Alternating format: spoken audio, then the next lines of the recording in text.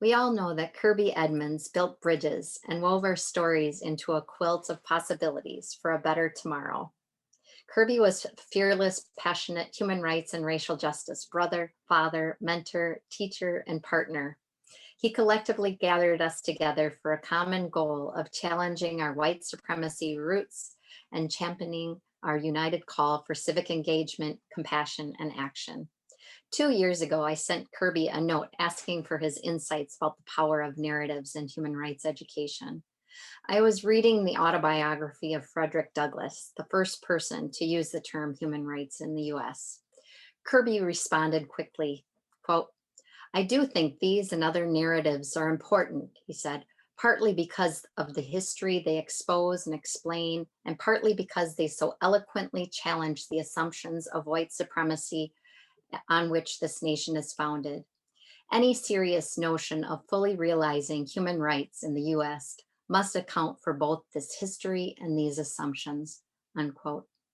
His words are important reminders in this day and as we move forward.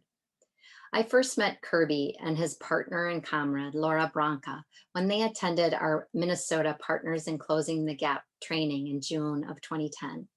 I witnessed firsthand how this dynamic duo could get things done, as only 2 months later, Natella Jordan and I were co-facilitating with this Dorothy Cotton Institute team, a training for 35 educators and community leaders in Ithaca.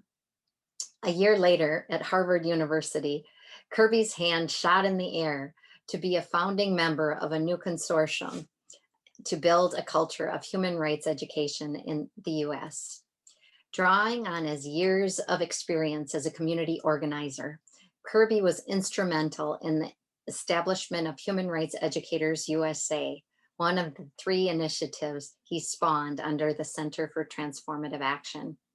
Kirby directly shaped the Human Rights Educators USA mission, organizational structure, and most important, our values framework and consensus-based decision-making policy.